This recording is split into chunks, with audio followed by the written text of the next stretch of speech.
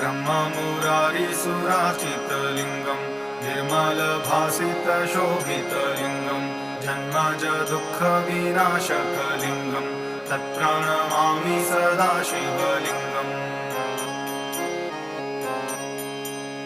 देवमुनिप्रवराजितलिङ्गं कामदहं करुणाकरलिङ्गं रावणदर्पविनाशनलिङ्गं तत्प्रणमामि सदा शिवलिङ्गम्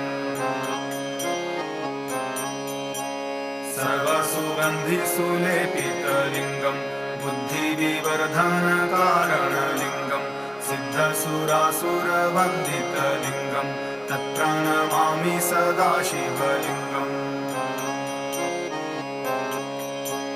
कनकमहामणिभूषितलिङ्गं फणिपतिवेष्टितशोभितलिङ्गं रक्षसु